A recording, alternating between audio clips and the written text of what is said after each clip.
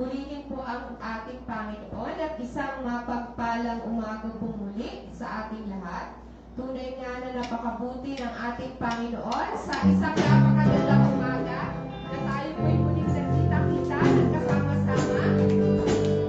Upang siya'y muling pasalamatan at isakay po sa ating pong mga kanya-kanyang buhay. At inasalin niya ng ating kaulana o Diyos ang aming pupurihin, ang aming sasabutin sa ating buhay. Pagpili natin itaas ang ating Panginoon, pasalamatan sa lahat ng oras at sa lahat ng panahon. Ikaw lamang, O Diyos, ang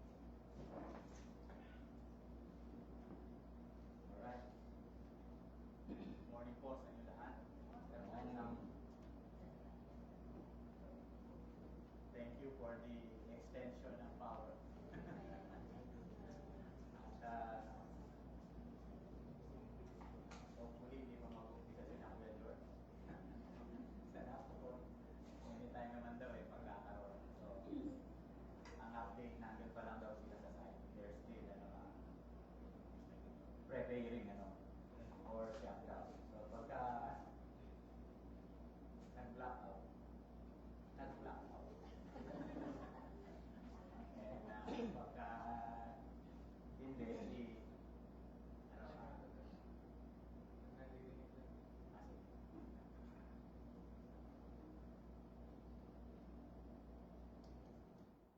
Okay, so at least ano, tuloy-tuloy lang. Siguro ito na lang yung isang. Okay. Siyempre, palakpakan natin si Jan. Birthday niya. Yeah! Birthday ni Jan. Siya yata mag-preach ngayon.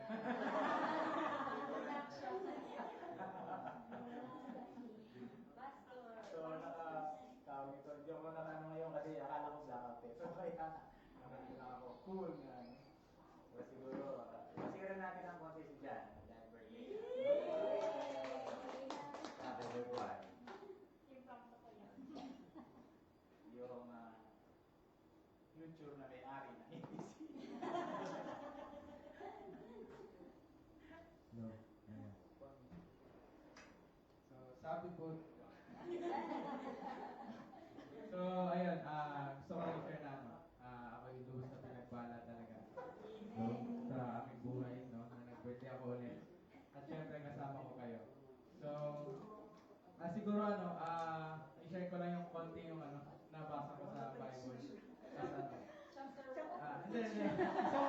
Isang verse lang. Tapos kayo na bahala magtingin ng mga ano, nung verses niya before.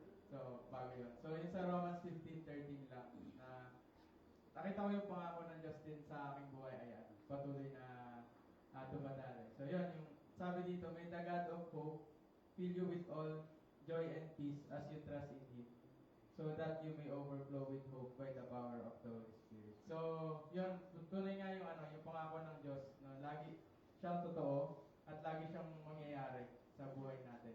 So, isa to sa ano, sa sinabi ng Diyos sa buhay ko na patuloy ko nararanasan, yung joy and peace, no? Kasi patuloy akong nagtitiwala sa Kanya. Sa lahat ng aspect at parte ng buhay ko, ay pinagkatiwala ko na sa Diyos. So, ayun, tunay nga meron akong joy and peace na natatamasa. And of course, accepted ko na din talaga na yung Holy Spirit ay, iisa na ako sa Holy Spirit at patuloy itong dumadali sa buhay ko na ginaguide niya ako araw-araw. So, yun lang sa akin. So, sana sa lahat tayo, no, na-experience natin yung kabutihan ng Diyos sa buhay natin. So, yun lang po sa akin. Salamat po.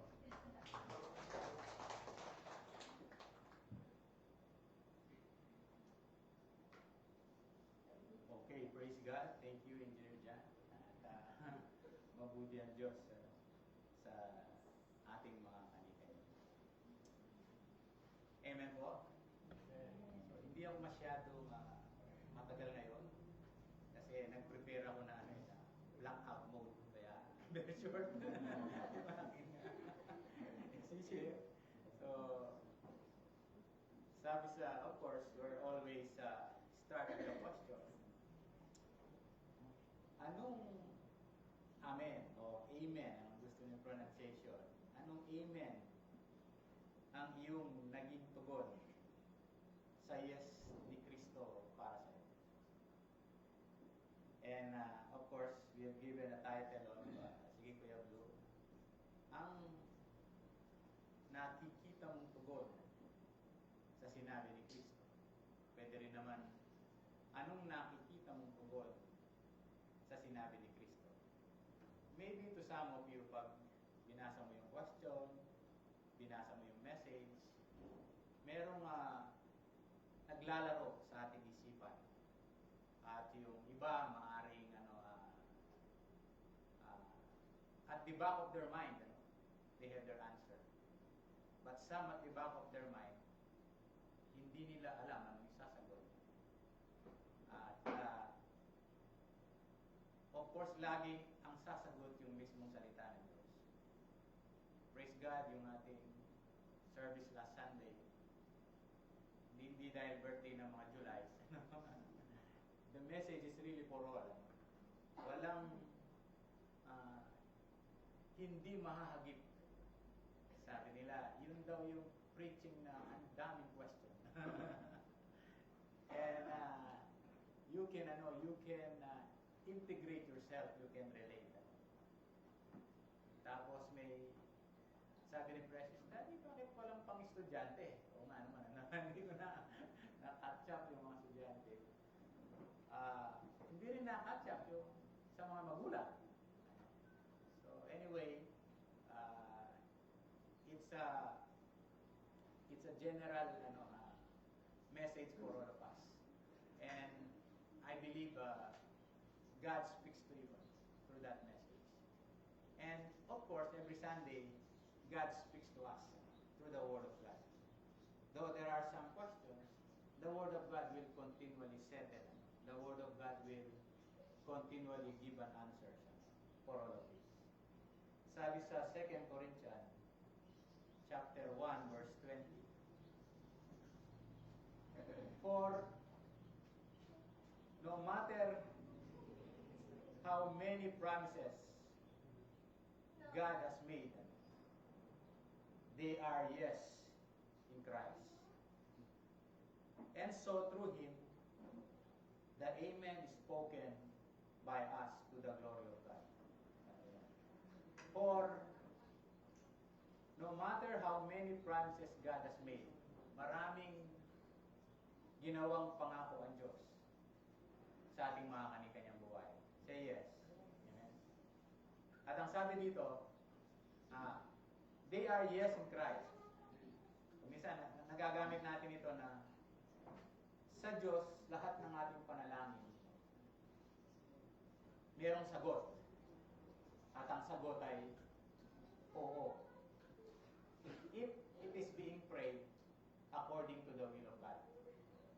Walang wait, wala rin no. Walang wait, walang no. So, tayo ay nakalaya sa ganung klaseng pagkaintindi. But instead, they are yes. And sino yung nagsabi ng yes? It is Christ. Sabi niya, and they are yes in Christ. Even Christ, sumagot siya ng yes, kailangan meron kang tugon. What is your response? Is Amen. Kaya sabi niya, and so through Him, Amen is spoken by us. So yung nag-yes si Christ, kung wala kang tugon, so it will not happen. Why? Because hindi mo tinanggap. Hindi ka nagsabi ng, sabagay pwede rin yes, pero ang ginamit niya is Amen. So yung tutugon, it's you, in Christ, sabi niya, they are yes in Christ. And so, sabi niya, through Him, the Amen is spoken by us. Amen? Ano problema? Wala. Ako kasi madali ako ma-distract. Kaya, huwag kayong malikot. Tawag nito, parang anong nag-aaral ako, no? Tawag ito, hindi pwedeng utusan, hindi pwedeng abalahin. Kaya tuloy yung nanay ko, laging inutusan, ate ko. Laging tayo. Kaya, kunwari, nag-aaral lang ako. Hindi naman, ano. So, meron talaga gano'n, madaling, ma-interact. Kaya nga, medyo sensitive tayo when it comes to, to focus. Parang hirap ako na do two things at the same time. In a natural. Pagka nag-aaral ako, really focus. Kaya hindi ako pwedeng working student. Kaya, nung nag-aaral ako, aral lang. Nung nagtatrabaho ako, di trabaho lang. Kaya, bilib ako sa mga working student. Very tough. Talagang trabaho sila sa araw, sa gabi, aral sila. O kaya naman, aral sila sa umaga, trabaho sila sa gabi. Bilib ako doon. Ang gagaling. Pagka ganun. Maybe because of the adrenaline, because of the drive, no? Yung talagang, wala talagang magawa. I have to work. Parang it adds up. But of course, ang pinaka natin doon yung paano gumawa, paano kumilos ang Diyos sa ating mga kanilang. Amen po? Saan na tayo? Sa yes in Christ. Yes in Christ. And so, Amen is spoken by us. That's very clear. The Amen is spoken by us. In Christ, it's yes. So marami ng ni yes si Christ sa atin. Marami ng matagal na tayong sinagot ng Diyos. Diba? Hindi na natin kailangan manligaw sa Kanya para tayo sagutin niya.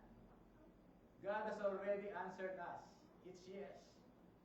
Siyempre, importante is malaman mo, ano yung sinagot niya sa'yo? Diba? Wala tayo sa sitwasyon na, yun na ba yun? Wala. Wala tayo sa ganung klaseng sitwasyon. In Christ, sabi niya, they are yes in Christ. So your response, our response is, Amen. Sabi sa Tagalog, sapagkat gaano man karami ang mga pangako ng Diyos, kama, lahat ng mga ito kay Kristo ay ano? Oo. Pag nakabasa ka ng pangako ng Diyos, it is already answered. It's yes. Tama po ba? Malinaw? Lahat, sabi niya, sapagkat gaano man karami ang mga pangako ng Diyos, lahat ng mga ito kay Kristo ay oo. In other translation, sabi niya, tutuparin niyang lahat ito. So, yung isa, ginamit lang niya, oo. Pero yung ibang translation, sinabi niya, tutuparin niyang lahat ito. Kasi, sinabi niya na oo. Sinabi niya yes. Walang hindi. Tama? Wala rin maghintay. Ang sinabi niya, oo. Pag sinabi niya oo, tutuparin niyang lahat. Kaya, sa pamagitan niya, ay nasasabi namin. In translation, sa pamagitan niya, natapat ang Diyos. Sa pamagitan niya, o kaya naman, natapat ang Diyos. Nasasabi namin ang Amen sa ikaluluwalhati ng Diyos.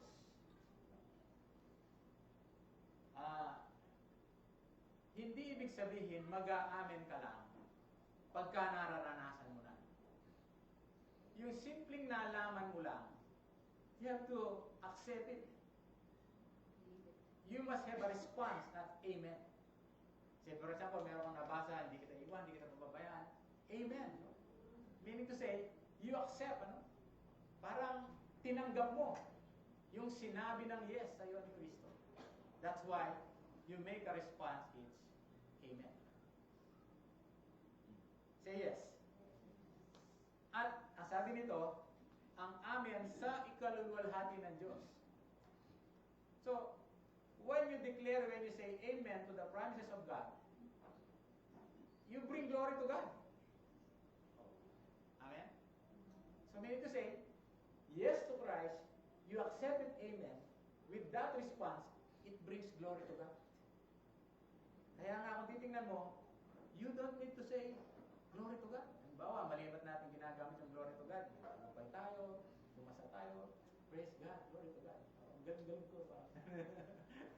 Meaning to say, the real meaning of the word amen, you accept it. But, behind that word, parang sinasabi, you really give glory to God. Ikaluluwalhati, sabi niya, ng Diyos at nakapagbibigay ng kapurihan. So that is the word yes and amen. Okay? Kaya, since blackout sana ngayon, ang titignan ko lang yung unang yellow, yung mga pangako. Sapagkat gaano man karami ang mga pangako. Kasi, if you don't understand yung gaano man karami ang pangako ng Diyos, hindi ka magtutuloy doon sa lahat ng mga ito kay Kristo ay oo. So, you have to understand first yung lahat ng mga pangako. O, awit na naman tayo. Sabi ni Regine Velasquez,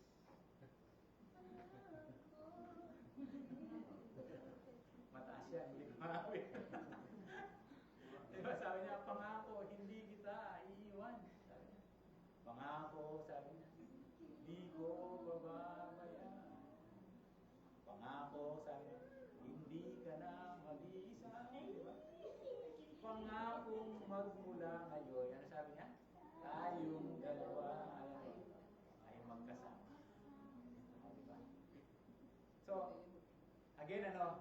Hindi ibig sabihin, hindi Christian song yan, worldly tayo. Sometimes yung iba, interpreted nila, Christian siya, umakawit-awit siya ng ganyan. No. There is a message sa mga song. Pero lang yung mga song, hindi niya maintindihan. Diba? Of course, malimit ito, ginagamit, sa kasal. Sabi niya, salitang pangako. So, sabi natin, o mga pangako. So, ito ay nagdadala sa atin ng kaisipan na we are making a declaration. At kapag ka meron nangako sa atin, o kaya tayo yung nangako, you are making a declaration. Ano ba yung declaration? Naintindihan nyo na siguro yun. Na yung nagsabi, gagawin, at kung yung tumanggap, naniniwala na gagawin yung nagsabi. So both sides, because it is a what we call the pangako. When you look at the word na, of course, promise, pag gagamitin mo yung word na in an intimate word is, you have your vow. Tama ba pronunciation ko, Ma'am? Hindi vow, vow. Oh, di ba? So, it is a vow, di ba? Hindi siya iba yung vow na gano'n. Amen. It is a vow. It is a declaration. Kaya nga pag nagkakasal tayo, sige, you the husband and the wife, you can now say your vow. Meron kang bibig kasi. O naalala niyo pa ba yung binitawan yung vow nung kayo ikasal? Lahat ng kinasal na, taas ang kamay. O yan. Sinong makapagsasabi ng kanilang vow nung kinasal sila? For 500.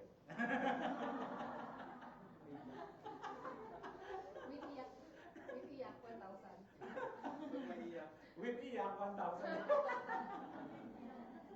Oh, di ba? Naalala niyo ba, di ba?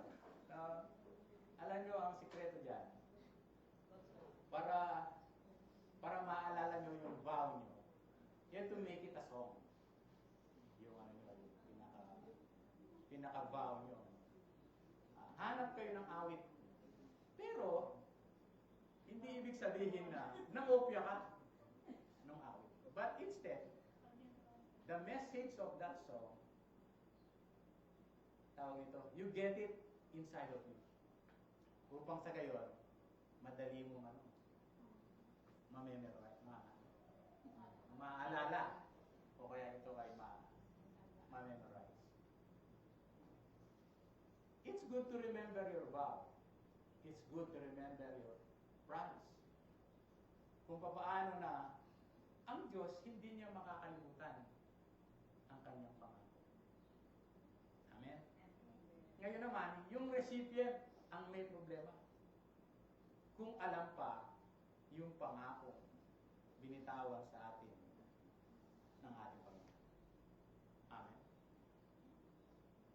Mapalad yung mga ikinakasal ngayon sa kapanahunan ito because of the available technology na meron. Maraming recording. Nung kinasal kami, wala pang may cellphone na yata. Hindi ba? Meron na. Parang wala pa yata. No? Wala pa, no? Tawag nito. Kailan ba kami kinasal? Sino makakaula? 1994. Okay. So, ibig sabihin, mabibilang nyo na ngayon. O, next year, ilan kami dyan. Next year, pang ilan kami next year? Di nyo mahal. 4 months.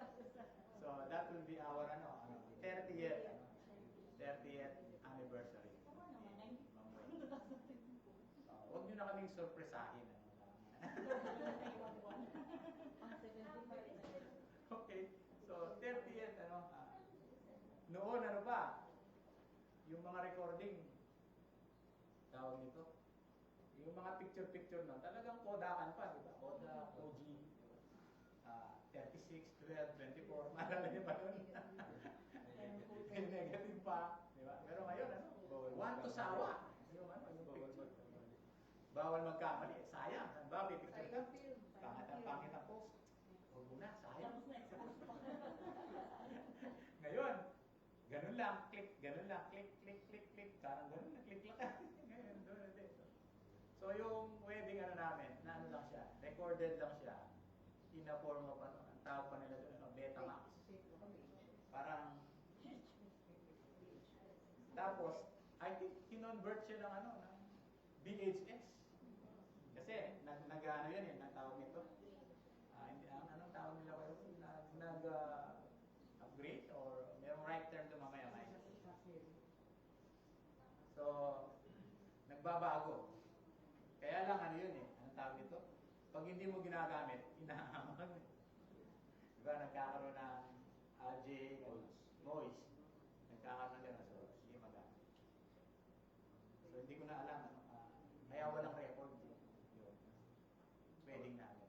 Wala na po yung date. Wala na yung tape. Hindi ko lang saan napunta yung tape. Sayang. Hindi nyo ako narinig kumawit. No? Inulit na lang ni Jan yung mawit ko ng our 25th anniversary. So, there is a vow in every wedding season. Now, sige po yan. Alam mo ba na ang lahat ng mga pangako ng Diyos ay tiyak? Sure o kaya sigurado. Dahil kailanman hindi maaaring magsinungaling ang Diyos. That's why you can say in Christ and then Amen. Because the foundation of the promises of God are all sure and sigurado at tiyak. When it is a promise, totoo to. Lalo nang nangako ang ating Panginoon. Kailanman hindi maaaring magsinungaling ang Diyos. Let us see the word. Hebrews 6:30. So ito sinasabi natin. There is a word that has to support in every statement. Upang sa gayon, that statement will be really strong because of the word. Sabi dito, nang mangako ang Diyos kay Abraham, nanumpa ang Diyos sa kanyang sarili. Dahil wala siyang panunumpaan na higit pa sa kanya. Verse 14, sinabi niya, tinitiyak ko na lubos kitang pagpapalain at ang iyong lahi ay aking pararamihin. Sabi ng Diyos kay Abraham. Kanino nangako ang Diyos? Sa kanyang sarili. Bakit? Kasi wala na siyang panunumpa ng higit pa sa kanya. Next verse. Verse 15. Kaya't pagkatapos ng matyagang paghihintay, tinanggap ni Abraham ang ipinangako. Ano yung pinangako? Pagpapalain siya. Ano yung pinangako? Pararamihin yung kanyang lahat. Tapos, ano sabi niya? Matyagang paghihintay. Pero hindi siya naghihintay sa wala. Naghihintay siya na meron. Amen? So that is the battle ngayon. Naghihintay siya, sometimes, mahirap maghintay. Anong gusto nyo? Naghihintay o hinihintay kayo? Kumbaga parang pag may usapan, diba? Sabi niya, malita ko ng konti, sabi niya, para akong hinihintay, hindi ako yung naghihintay. But Abraham, sabi niya, kaya't pagkatapos ng matyagang paghihintay, tinanggap ni Abraham ang ipinangako. Pero nalaman niya ang pangako. What is the promise? Pagpapalain. What is the promise? Palalakihin ng kanyang, pararamihin yung kanyang mga lahi. So, he accepted it. That's why, matyagang naghihintay, tinanggap ni Abraham ang kanyang ipinangako. Verse 16, wala pa, tinanggap na niya. Verse 16, nanumpa ang mga tao sa harap ng higit o nanunumpa ang mga tao sa harap ng higit na mataas sa kanila. At ang sumpang binitawan bilang katibayan ay nagpapatibay sa bawat usapin. Actually, that is the rule. Ano? Kung ikaw ay manunumpa sa mas nakakataas sa'yo, that's the rule. Ano? Pero kung minsan, nalalabang ng mga di ba? Ang mga, kung minsan yung mga government official natin, nanunumpa sila sa mas mababa sa kanila. Supposedly, it is not. No? Pag nanunumpa ka, dapat manumpa ka sa mas nakakataas sa'yo. Then, in verse 17,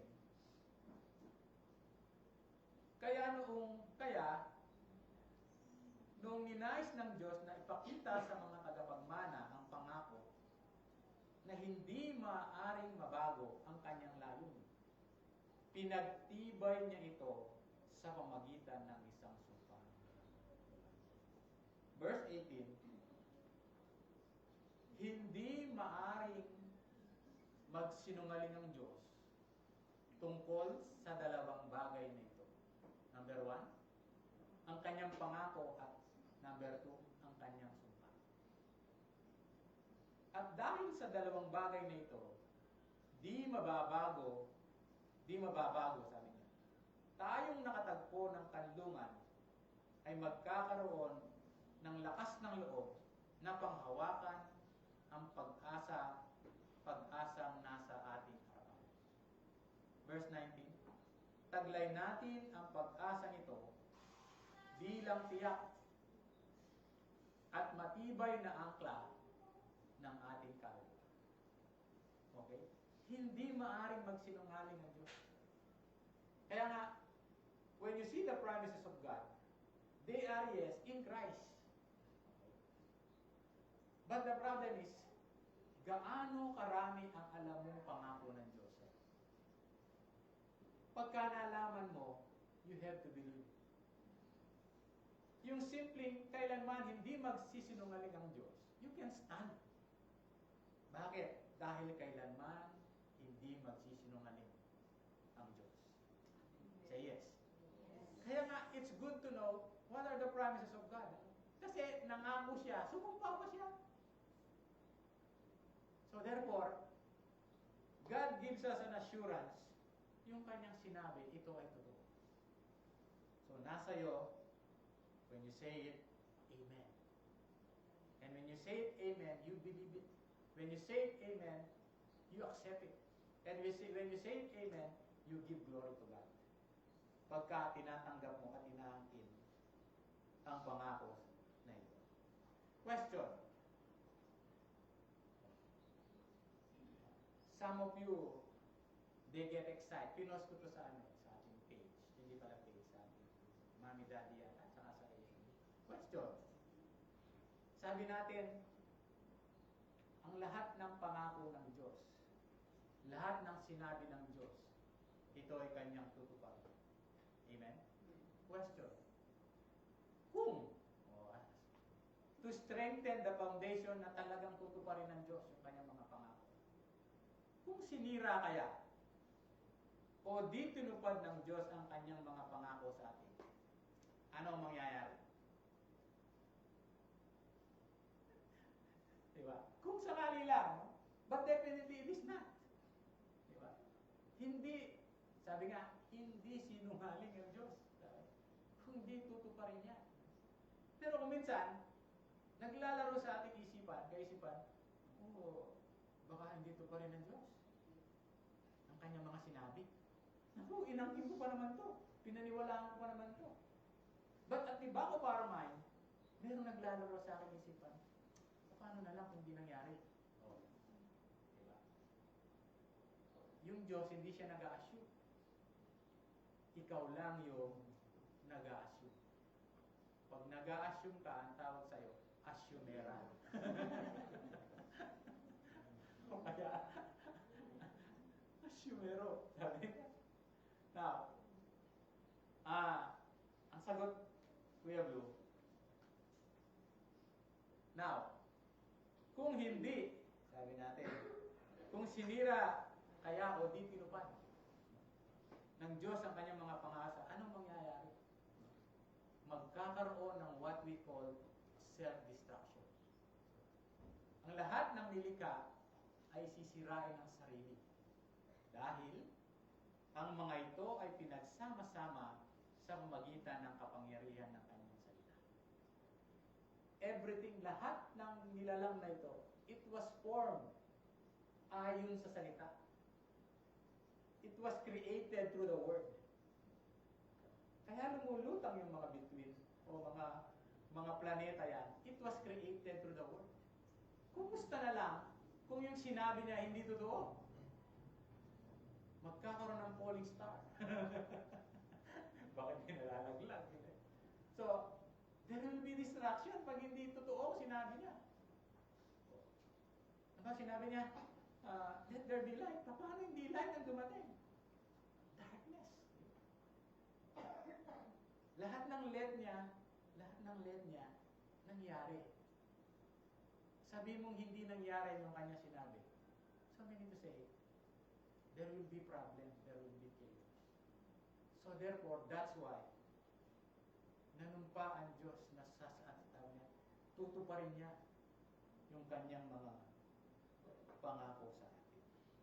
Hebrew chapter 1 verse 3. Ang anak, ang maningning na sinag ng kaluwalhatian ng Diyos at tunay na larawan ng kanyang kalikasan bilang Diyos. Ang anak ay Diyos. Okay? Tunay na larawan ng kanyang kalikasan bilang Diyos. Wala nang ibang tutunay pa sa tunay. Daya nga si Kristo ay Diyos. Ang anak ay Diyos. Amen. Kasi sabi niya, ang anak ang maningning na sinag ng kaluwalhatian ng Diyos. At tunay na larawan ng kanyang kalikasan bilang Diyos. Siya ang nagpapanatili sa lahat ng bagay sa magitan ng kanyang makapangyarihang salita. Amen? So, ang word, ang salita ng Diyos, ano sabi niya? Sa pamamagitan ng kanyang makapangyarihang salita. So, siya ang nakakapagpanatili sa lahat ng bagay. Kaya nga, yung mismong pangako niya, sinabi niya sa kanyang salita, siya na mismo ang nakapagpapanatili. Kasi, sinabi niya. At dahil pag sinabi niya, the truth is there. Kasi sinabi. Pag sinabi niya, definitely, ito ay kanyang tutuparin. Say yes. Kaya when we go back doon sa Corinthian kanina, hindi na ako yan. Ano sabi niya? For no matter how many promises God has made, they are yes. In Christ. And so through Him, the Amen is spoken by us to the glory of God. For no matter how many promises God has made. Of course, ang sumulat ng Corinthian ay si Pablo. Yung pundasyon ng sinabi niya, yung salita na yon, parang sinasabi niya sa atin na ang lahat ng salita ay totoo. At ang lahat ng salita ng Diyos, ito ay ating mapagkakatiwalaan. Yun ang kanyang pundasyon. Ang Diyos kasi, hindi siya magsasalita ng one thing and it means another thing. Kaya nga, napakahalaga ito yung maintindihan. When God says so, there is a meaning behind that word na sinabi sa atin. Sa Diyos, walang double meaning. Sa kanta natin ngayon, maraming double meaning.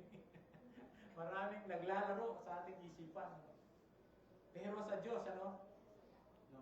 Walang double meaning sa Diyos. Kapag sinabi niya, ito ay totoo. Say yes. Kailangan mo lang, hindi lang paniwalaan, but rather, ngayon, kailangan mo lang unawain.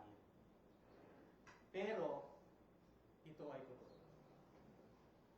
Sabi ko sa katabi mo, totoong salita ng Diyos. Kung ipinangako niya ito, tiyak gagawin niya ito. That is God. Kapag pinangako niya, ito ay gagawin. That is God. Kung nangako ang inyong kabiyak, nung kayo ay kinasal, huwag mong sabihin, ay okay lang kasi tao lang siya.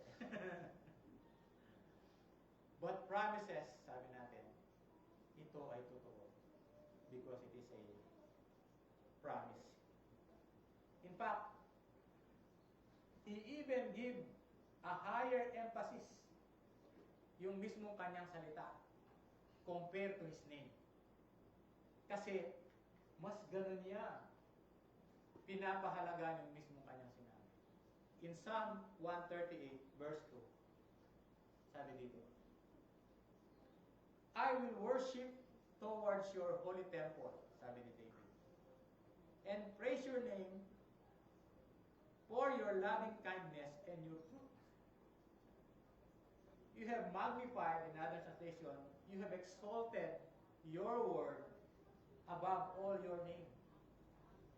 Mas mataas ang pagkakilala, pagbibigay pahalaga sa kanya mismong salita ng higit sa kanyang pangalan. In NASB version ng Tagalog, sabi dito, for you have made your word great, sabi niya, according to all your name. Say yes, no? You have made your word, the word of God, great, sabi niya, according to all your name. Dahil ipinakita nyo na kayo at ang iyong mga salita ay dakila sa lahat. That's why we have to value the word of God. Kapag salita ng Diyos, pangako ng Diyos, tutuparin ng Diyos yan.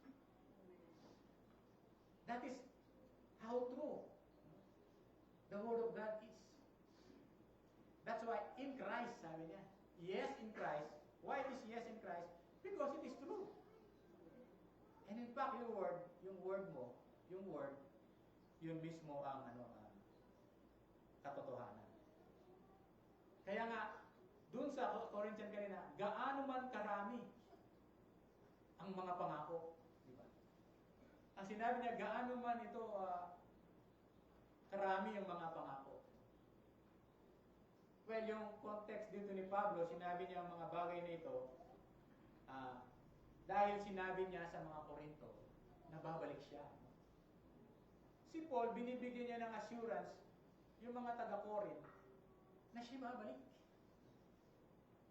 So, binigyan niya ng na pagbabalik, meaning to say, hindi niya iniwanan kung hindi sa tamang panahon siya ibabalik sa kanila. Kaya, pinalakas niya yung kanyang loob. And he give more emphasis kasi ayaw isipin ni Paul, ayaw isipin ng mga Korinto, ng mga taga-Corinthian o yung mga tao na to na hindi totoo si Paul sa kanyang sinasabi. But instead, Paul is giving them an assurance that what the Word of God says so, ito talaga ay totoo. At ito talaga ay matutupad. In 2 Corinthians 20 yung kanina na, look at verse 17. Sabi niya, iyon sana ang plano ko noon.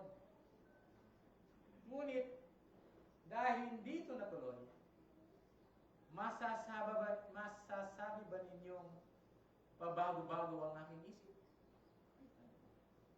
Katulad din ba ako ng mga taong makamundo? Sabi niya, na oo ng oo, pero hindi naman pala ibig sabihin. Meron bang ganon? Oo nang oo, walang hindi.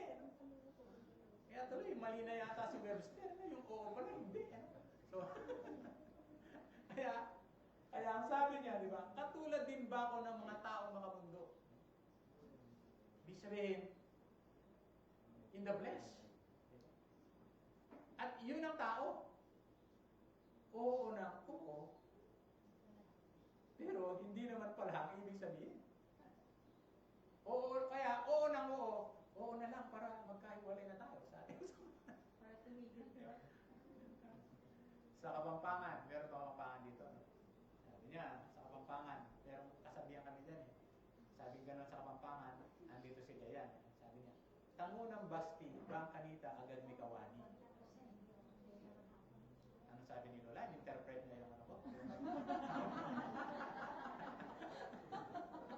Di ba? Tango ng basti, bang kanita agad may kawani. Yan. Sabi niya, ooin mo na lang, ba't na? Madali na lang tayo maghiwalay. Yun ang tango ng basti, bang kanita agad may kawani. Kasi marami pa sinasabi, sige, oo na lang, pantara.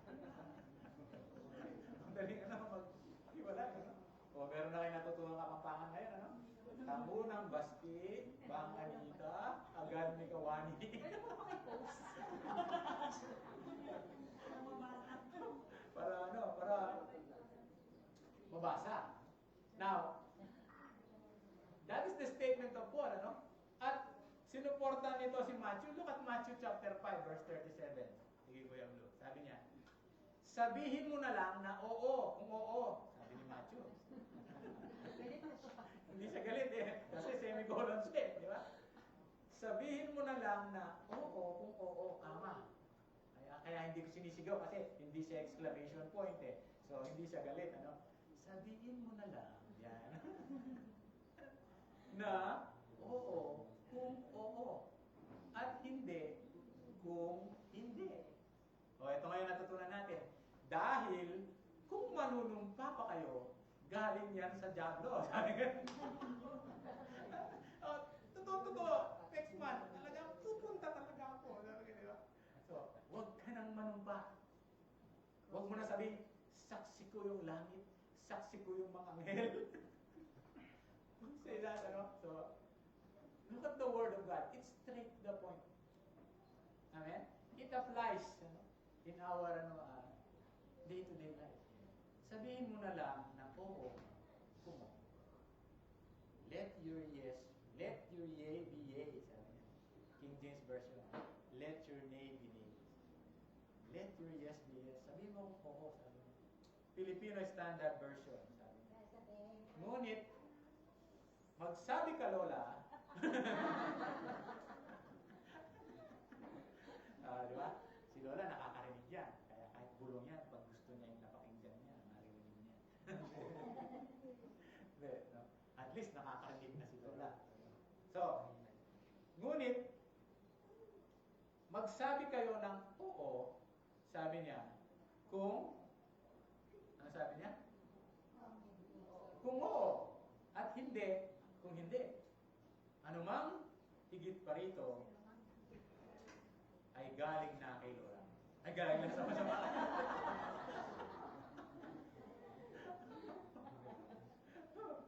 Hallelujah, di ba? Anuman higit pa rito ay galing na sa masama. Hallelujah. Kaya nga, kung ang salita rin lang ng Diyos ay kagaya ng kalakaran, no? Siguro. Kalakaran ng mundong ito, it is questionable. Pero nagsalita, Diyos ang nagsalita. Kaya nga, sometimes, we are in doubt kapag ka nagsabi tao. Pero kapag ang nagsabi ng Diyos, ito po'y totoo. Amen. Hindi pwedeng hindi niya tuparin. Hindi pwedeng sirain niya yung kanyang sinabi. O real, sabi nga natin, maglalaglag yung mga planeta. Kapag hindi totoo. Nakakuha ko tayo yung nagsalita yung sa namin Kuya Jerry sa merong nalaglag na nagkaroon ng energy. Diba? Pag sinabi ng Diyos, ito ay totoo. That's why, when you look at the Word of God, just take it na ito talaga ay mangyayari. Amen. Kasi kung hindi totoo ang sinasabi ni Pablo, ang mangyayari, yung mensahe na kanyang pinapangaral sa mga taga-Korinto, ito ay maaring merong pagdududa. Kasi, baka merong sinasabi si Pablo, hindi ito yung nakikita ng mga taga-Korinto. Kaya nga binanggit niya in 20, to give them that an assurance. What he preached, yun mismo ang kanyang ginagawa. Say amen. Na sinabi niya na ang kanyang salita, it seems not just only it seems, but that is the real gospel of the Word of God. Sinasabi niya that the gospel is really true. Yung salita ng Diyos, ito ay talagang totoo. Gustuin man natin o hindi, o kaya sang-ayon man o hindi, malimit, nahuhusgahan natin yung tao ayon sa mensaheng kanyang sinasabi. Ayon sa kanyang ibinabahagi. At kapag kakilala mo yung isang tao, hindi nagmamatch doon sa kanyang sinasabi, nababawasan yung integridad ng tao. Amen. Pero that's why ang Diyos talagang tutuparin niya ang kanyang sinasabi. Kasi pag hindi niya tutuparin, there is a big question kung sino ang Diyos na ating pinaniniwalaan. But the truth is, totoo talaga at kayang gawin ng Diyos. Meron siyang pangako sa bawat isa sa atin. Say amen. Kaya nga, kung sasabihin natin sa mga tao na gagawin natin ang isang bagay, kailangan po natin gawin. Amen? Lalo na yung mga bata, sensitive sa ganyan. Anak, pag naging personal ka, sabi, kakain tayo sa Jollibee. It's a prank. Tapos, napatingin si Lebron kay Mom. Ano raw ibig sabihin ng first honor? First honor. Kasi wala na first honor ngayon. Wala na first honor. Honor highest. Number one. Parang ako nung nag-aaral ako, gano'n. Kasi dati siguro maraming Jollibee na nakain. Wala kaming Jollibee, ang tawag namin ng... Hindi.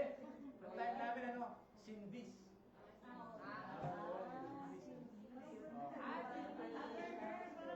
Burger din yan, siguro, kilala nyo ba? Sindis, di ba? Bago na yung Wendy's. During our time, Sindis pa, Sindis. Generasyon pala natin yung Sindis, hindi nila alam. Hindi Jollibee. Tapos ang tawag nito, bibilang kita ng sapatos. Mga sapatos ngayon, mga Nike, ngayon, ang sapatos Grosby. Pag naka-Grosby ka, sikat ka, Grosby, di ba? Ang sapatos. May ipikid Tanda mo na daw dati. Yung mga brand mo daw. Matanda na talaga. Di ba? Tapos, pag bibili ka, hindi sa Sports Central. Bibili ka saan? Footstep. Lakaw Street. Meron pa, di ba? Bili tayo na sapatos, saan? Sa Sports Central. Ngayon, Sports Central, di ba? Yung mga mall, Step lang. SM. Meron pa yung yung Rusty Lopez. Yan. Sarado. Meron pa yun. Sa Robinson meron pa. Meron pa, di ba? Pero hindi na masyado napunta. Parang napunta tayo ng San Baco. Hindi. Pag sinabi, you have to do it. Pag sinabi mo, you have to do it. Or else, parang bumababa yung pagkakilala. Tuloy, kasing joke-joke. Biro lang, biro lang. But remember, in every joke, there is a bearing.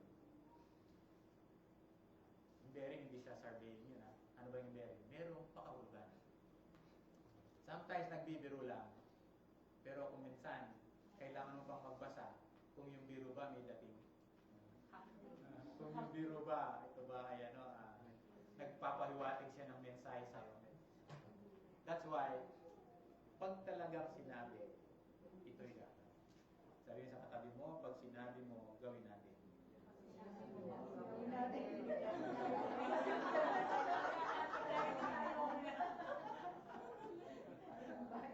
Oh, di ba? The same true in doing a business. Mga negosyante. Di ba? Negosyante, pag sinabi, dapat mong gawin. Or else, wala nang negosyo. Sa negosyo, minsan ka lang sumablay, magkamali. Nababawasan yung ano eh. Alam mo ba yung mga supplier ko sa mga supplies natin? Alam mo sa una, parating mo muna dito bago kita bayaran, hindi niya gagawin yun. Diba? Doon lang kami nagkita eh. Tapos, phone lang yung conversation, hindi pa kami nagkikita over the phone. Hindi niya gagawin yun. Ang gagawin mo, magpadala ka muna bago dalhin, bago padala. Ikaw naman mag-isip ka, teka muna, baka iskamin ako nito. Diba? So, no business at all when there is no trust. Amen? Kaya nga, it is something that madidevelop siya. And na-develop na yung good relationship. O ngayon, ang laki-laki ng halaga, pinapadala na niya. O, diba? Wala pang bayan. Minsan, isang linggo na, wala pang bayan, hindi pa naniningin. Why? Because na-establish na yung integrity. So, look at the power of let your yes be yes and let your no be no. Eh, ang nangako sa atin ng Diyos eh. O, amen? So, every time you see the Word of God, ilagay mo talaga na totoo yan. Even a cloud of doubt, huwag kang magkaroon ng ganong klaseng kaisipan. Dahil kailanman, pag sinabi ng Diyos, ito talaga ay totoo. Amen. Pag business, parang malaking usapan yan. Money involved, di ba? Kaparehas din yan yung simpleng pag-oo. Kung tao sa bahay mo, mamaya ha? Hindi ka naman pumunta. The same degree of yes yan mo. Amen? Sa Diyos, maliit, malaki, parehas. Amen? That's why, when you say it, mark it. So, ganun natin tinitingnan yung sinasabi ng Diyos sa atin. Hindi itagam sa bato. Diba? Hindi ilista mo sa tubig. Pag sinabi ng Diyos, totoo. Tutuparin niya ito ay kanyang mapangyayari. Say yes. Sa pang slides, Kuya Blue. Kasi na kayo, may silang tayo ngayon dahil blackout. Sabi nila, alas 11 na, wala pa tayo doon sa yes and amen. Nandun pa lang tayo sa pangako. Ganong kayaman ang salita ng Diyos. When you take the word of God as it is, talagang yayaman, yayabong salita ng Diyos. Imagine, one verse lang tayo, amen? Tapos, isang buwan natin ito siguro. So, dun sa promises, pangako. Kasi yun ang pundasyon eh. Kasi pag hindi strong, hindi ganun kalakas ang pangako ng pagkaunawa mo, you cannot take it as yes in Christ and then you will say amen later on. You cannot take it as it is. Pagka hindi strong yung pagkakilala mo dun sa pangako ng Diyos. Amen. Amen. Palakpakan natin ang Panginoon. Now, sabi natin, gustuin man natin o hindi, sang-ayon man o hindi, hinuhusgahan ng mga tao ang mensahe ibinabahagi natin ayon sa ating personal na integridad.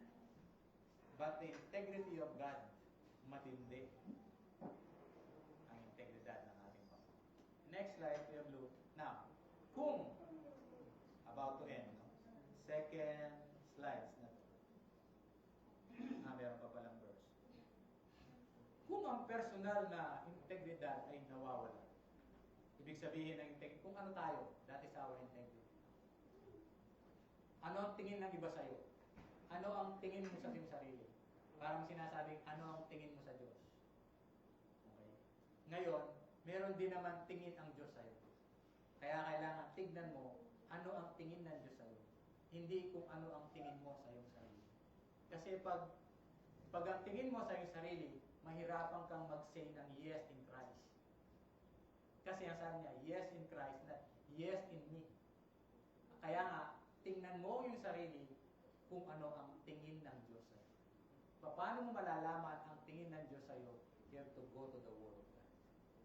There you are, makikita mo kung ano ba ang tingin ng Diyos.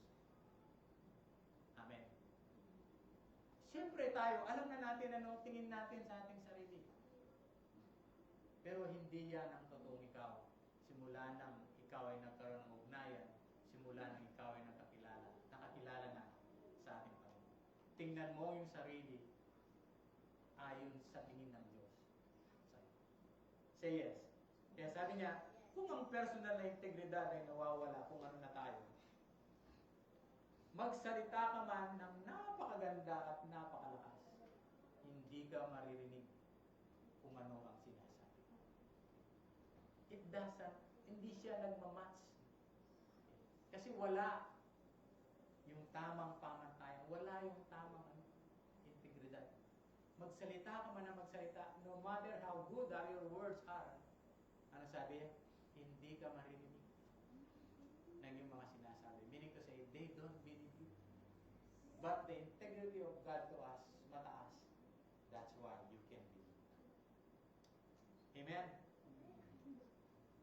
Naranasan niyo na ba? Ano ba? Kung salita na ako sa tao, meron bang nakikinig? Di ba? Kasi baka naman, sinasabi mo, matagal mo na sinasabi, hindi mo ginagawa. Kaya paano wala nakikinig? That's why, words, last Sunday, words are powerful. Pag sinabi mo, gawin mo. Kaya nga, tama si President Era. Let's talk. No mistake. Diba? Kung minsan, maraming salita, diba? Tapos, doon mismo sa salita natin, doon nahuhuli. Para yung isda daw, nahuhuli sa bibig. Wala pa akong alam na isda, nahuli sa buntot. Malimit ito ay, Pinana daw. Pinana daw. Hindi sa kawil. Now, as I end, only 3 verse, 1 Corinthians 13. Sabi dito, makapagsalita man ako sa mga wika ng mga tao at ng mga anghel. Sabi niya, kung wala naman akong pag-ibig, para lamang akong kampanang umaalingaw-ngaw o pongpiyang na maingay. Look at that. Makapagsalita man ako ng mga wika ng mga tao at mga anghel. Meaning to say, good words in other translation. Kasi, pag sinabi mong wika ng anghel, meaning to say, magandang pananalita yun. Kasi pag sinabi mong anghel, ano yan eh? Maganda ang paningin, di ba? Parang nung nagdedicate tayo, di ba? Bumabait yung bata. Anong sabi ko? Nakakita ng anghel. Ibig sabihin, parang nakakita siya ng something, maganda. Di ba? Sabi niya, makapagsalita man ako ng mga wika ng mga tao at ng mga anghel, kung wala naman akong pag-ibig, para lamang akong kampanang umalingaw-ngaw o pongpiyang na maingay. Next verse. Kung ako man ay may kakayahang magsalita ng mensaheng mula sa Diyos at umunawa sa lahat ng hiwaga. Ang matinding preacher to, no?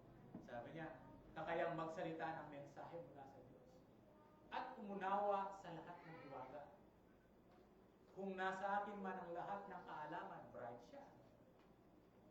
At lahat ng pananampalataya. Hallelujah.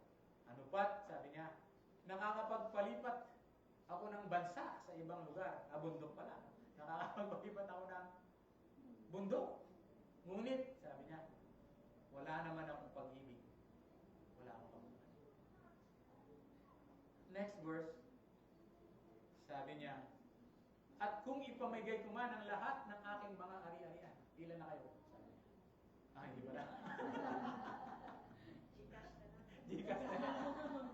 Gcash ko yung sasakyan, Gcash ko yung bahay. Diba? Kung ipamigay ko man ang lahat ng aking mga ari-arian, at ito pa matindi, at ialay ang aking katawan upang sunugin. Ngunit, wala naman akong pag-ibig. Ano sabi niya? Wala rin akong mapapala. Amen? Kaya, napakahalaga na sa lahat ng ating ginagawa, mayroong kalakip na pag-ibig. Hindi tango ng basti, banta, may kawani. Hindi yung mag-oo na lang para maghiwalay. When it is yes, it is a kind of yes na mayroong pag-ibig. Amen. Parang nanliligaw ka, nagsabi ng yes, nakulitan lang sa'yo, hindi masarap yun. Pag nagsabi ng yes sa'yo, ibig sabihin, totoong paghahayag na ikaw ay mahal na mahal. At ikaw naman, nagsabi ka ng, nagsabi ka ng ng mahal kita. Sige na nga, sabi ko na, mati na. No. Oo na, matigil ka. Oo na, matigil ka lang.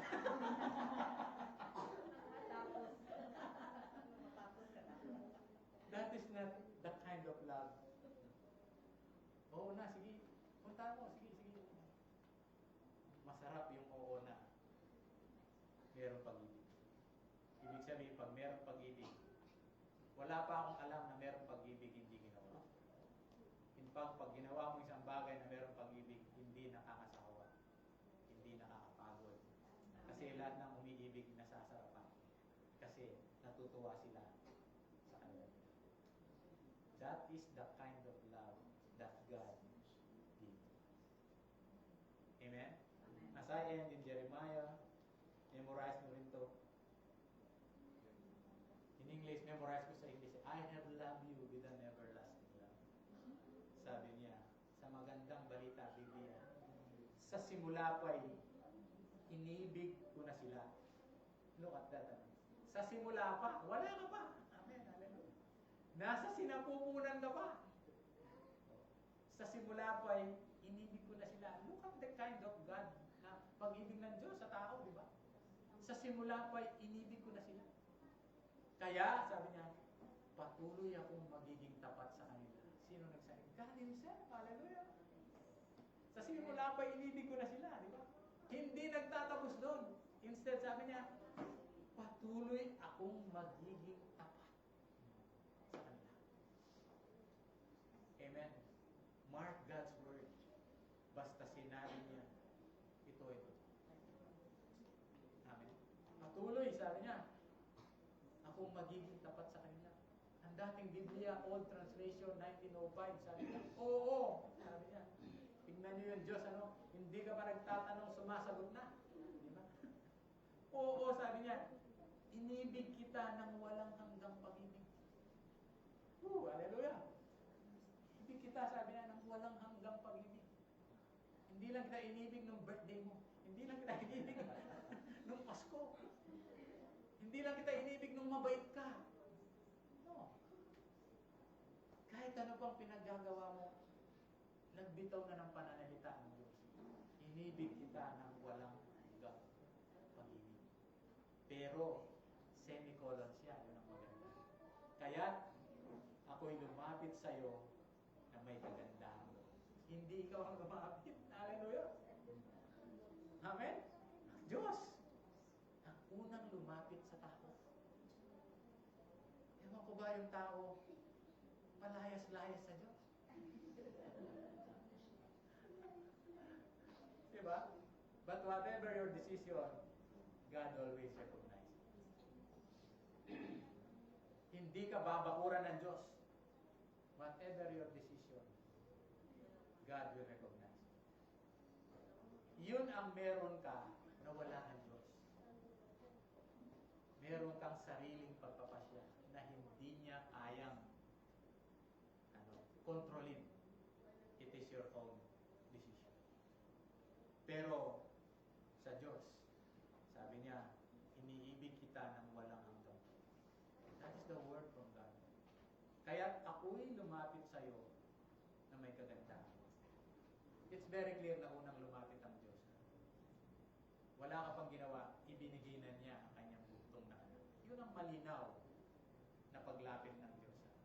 Hindi to say, ang Diyos palaging lumalapit sa atin. Di ba mas maganda na lumalapit ang Diyos, sinasalubong din natin? Oh. Amen? Kasi kung minsan lumalapit ng Diyos, dahil sa mga kabulastugang pinagagawa mo, iyang-iya ka sa mga no. Because it's for all yung ginawa na ng Diyos para sa atin. Kaya every time you see God through His Word, ano sabi natin doon? Let us come to the throne of grace. Amen? Lumapit tayo sa masaganang trono ng biyaya ng Diyos. Dahil ang Diyos, siya na mismo ang lumalapit sa lahat. Amen? Woo! Hallelujah! Praise God! Ang pangako ng Diyos, hindi natin matatawaran. Hindi bargain. Hindi natin matatawaran. These are all truth. At lahat ito ay kanyang tutupad. So that next Sunday, we can say yes to Christ. And then, Amen. Hallelujah. Tayo po manalangin. Salamat, Panginoon, sa napakayaman at biyaya ng iyong makapangyarihang salita. And thank you, Lord, you allow us also to finish our Sunday service in spite of there is a schedule shutdown of power. But Lord, you make it possible dahil ninais mo ng mga anak mo maging malinaw yung mga bagay na kanilang maririnig. So bagay ito, ang kapangyarihan ng iyong salita, ang siyang lumikha sa aming buhay sa umagang ito. At masasabi namin lahat ng pangako mo, Panginoon, lahat ay totoo. At hindi lang totoo, Panginoon, ang lahat ng ito ay mapangyayari, ang lahat ng ito ay gagawin mo sa aming mga kani-kani. Pinupuri ka namin,